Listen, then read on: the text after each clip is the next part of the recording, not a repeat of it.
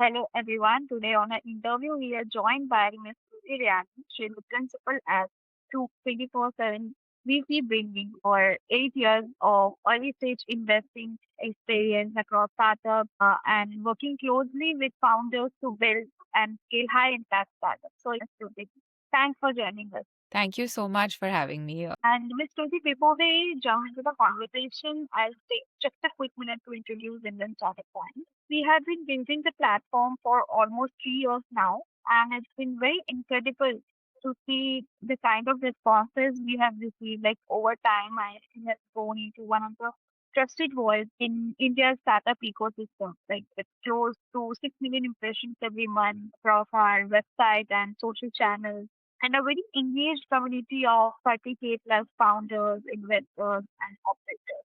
Talking about the focus, our focus has always been quality, deep insight-led stories and thoughtful curated conversations with founders, like founders, venture capitalists, and industry leaders, like rather than just being a headline-driven coverage. I mean, kudos to you guys. Of course, I've been following, the page for very long, and it's been great to see how you all have grown over the last 3 years. I think out of 8 years of being here, I know 3 years I have followed you all, so that's been great to see. Thank you so much. Thank you. So looking forward to a great conversation. Definitely. Likewise. Talking about your journey, like you began your career in banking and consulting before moving into venture capital 2018. What inspired this transition into the startup ecosystem, and like how have those early experiences shaped your approach to investing today? I mean, that's a very interesting question because it really takes me back, to the days where consulting and banking were, at least in my family, always considered the way to go. Most of my family members have been part of Big Four, so I think it just came, as part of family, something that you hand over to the next generation. That's literally how it was for me. But having said that, I think my early experience in consulting really gave me the chance to understand how large corporates work. The governance, the processes, the team management, and having that chance to actually experience this so up close, I had a great chance to work with understanding how to build the already built businesses. So I think where to add small amounts of value, what is it that we can do as a turnaround that can help the company grow. I think strategy was something that I really enjoyed during those days. And when you're already building for something which is already so big in nature, the kind of value add you can do is slightly small. That's when I think the whole ecosystem from a startup perspective really started becoming the new buzzword in town. Everyone used to talk about startups, and even all my clients in the consulting space were asking me questions around, oh, what is happening in the startup ecosystem. And that's when I went back and started reading about it and understanding, okay, what is going on. And that's when I realized that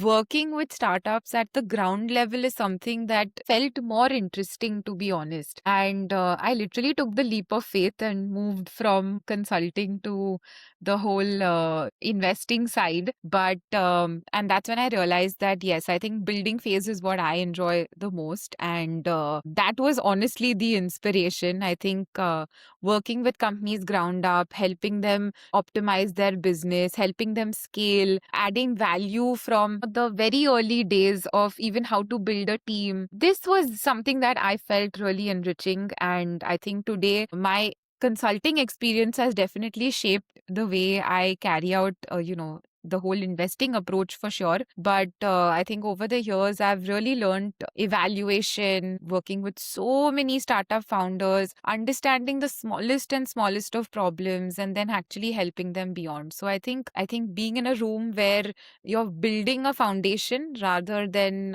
working on something that's already made is been the most interesting part of my journey. So do you think this cross-disciplinary background gives you an edge when evaluating founders? Definitely, it definitely does because I mean, in consulting, there's a very strict process that you tend to follow. It's always an ABCD way of doing things, and I think having worked in that segment, I think that just became something which is very inbound. So in the startup side, initially when you're building, because you're a very small team, everyone is helter skelter, right? So I realized that my key strength is the process aspect, and that is something that I'm able to help founders really work around. So setting a system, setting SOPs, know how what you should carry out with the most amount of importance, what are the clients you should chase after initially. So I think yes, hiring, what is the way you should carry it out. So I think those things really made a big difference. Yes, definitely. That's really insightful and it nicely sets the context for your investing lens as well. So, from your vantage point, how have you seen the Indian startup ecosystem evolve in recent years, especially in terms of founder maturity, capital efficiency, and market opportunity? Yeah, so I mean, over the past few years, the Indian startup ecosystem has definitely become a lot more mature and disciplined. I mean, founders today are definitely so much more sharper. They have a very strong focus on unit economics or governance or building sustainable businesses. And earlier on, it was all about growth at any cost. I think now it's moved towards capital efficiency and using your capital in the right manner, leading and building more, building companies with more quality rather than quantity. I think that's something which is really evolved over a period of time. And I think market opportunities have also really expanded. If you see, it's not just limited to consumer internet anymore. I mean, buzzwords which used to be rarely heard back in the days like deep tech and AI, and we would see all of that happening more in the US and overseas. I think today that's become a very integral part of India, and you're actually seeing startups building in the deep tech, climate tech space. AI driven enterprise solutions have become real big game changers. So I think overall the ecosystem is becoming more resilient and thoughtful on the way they're using capital. And of course, founders are building more long term startups with more long term visions in mind. So yes, that's definitely been a very, very big shift along the way. That that's actually so building on that, that 24/7 VP comes in a very early and the first institutional check. So, what are the key signals you look for when evaluating founders and startups at such an early stage? Honestly speaking, I think for me, this becomes a very big, like, no brainer to say so because I mean, you're fundamentally at a seed stage betting on the team or you're betting on the founder, right? Because I mean, while the product at an early stage may see a lot of iterations as it moves along, it's the founders that will be the most important element there. So I definitely first obsess over the founder first approach. And what I look for in that is, the understanding of the domain that they are building around. So the level of understanding that the founder has in what he's looking to build and his genuine obsession with that problem. Because only if you're obsessed with that problem will you be able to make your product better as you continue to grow. You'll keep seeing gaps, you'll keep seeing areas of improvement. So yes, that's definitely something that I really look. Yeah, that makes a lot of sense as well. So, looking at your portfolio, 24/7 VC has backed startups like Night FinTech and CMO. So, could you share what stood out about some of these companies at the time of investment and like, what these choices say about your broader investment thesis? Sandhya, actually, those companies are invested in by our general partners in personal capacity. So, Shashank Randev has actually invested in both those companies in personal capacity, while 24/7 VC is going to start backing companies from April. So, our first check is something that we will be writing now, but our thesis has definitely been built. On four very important segments as we believe so. Yeah, so basically, I mean, for us at 24/7 VC, we very clearly have identified areas that we want to go after. There are four segments that we are keen on backing, and again, every sector has its subsectors as well. So I think broadly, we're looking at advanced manufacturing, we're looking at enterprise tech, we're looking at deep tech AI. And lastly, we're looking at consumer tech, because what we believe is technology is something that is highly scalable in nature. And, while of course India is very heavy on consumption, we want to see companies which are building, using technology, because then that technology is not only limited to India, and there is a global possibility for scale, from a scaling perspective as well.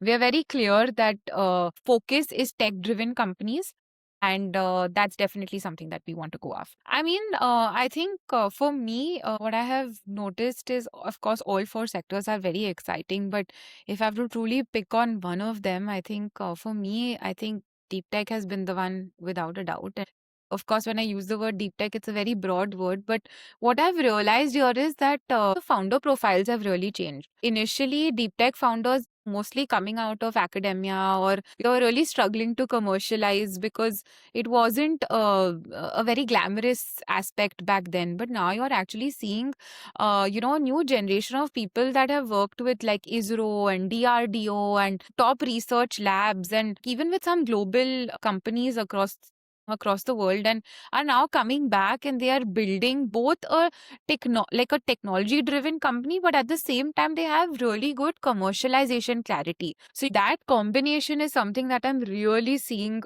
as a very interesting factor. And I think deep tech is genuinely been very exciting at the at the seed stage, because currently we are still at the early cusp of things over here, and I've always seen a lot of moat when it comes to deep tech. So these are not businesses that I feel that you can just copy in 6 months or so. You actually have to work on IP, R&D, check regulatory understandings, and then this entire deep tech aspects, really compounds over a period of time. So it's a segment that I find really interesting. How do you view India's readiness to build globally competitive tech or Industry 5.0?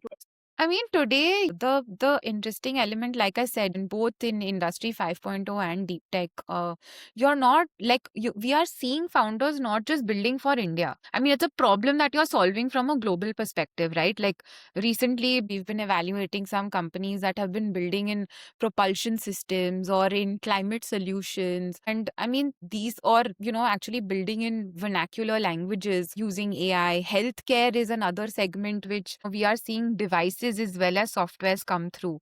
Now, in this situation, what I'm seeing is that it's not again just limited to the usage in India. We're seeing more than Me Too products, we're seeing globally scalable companies, and companies which actually have really unique moats as part of it.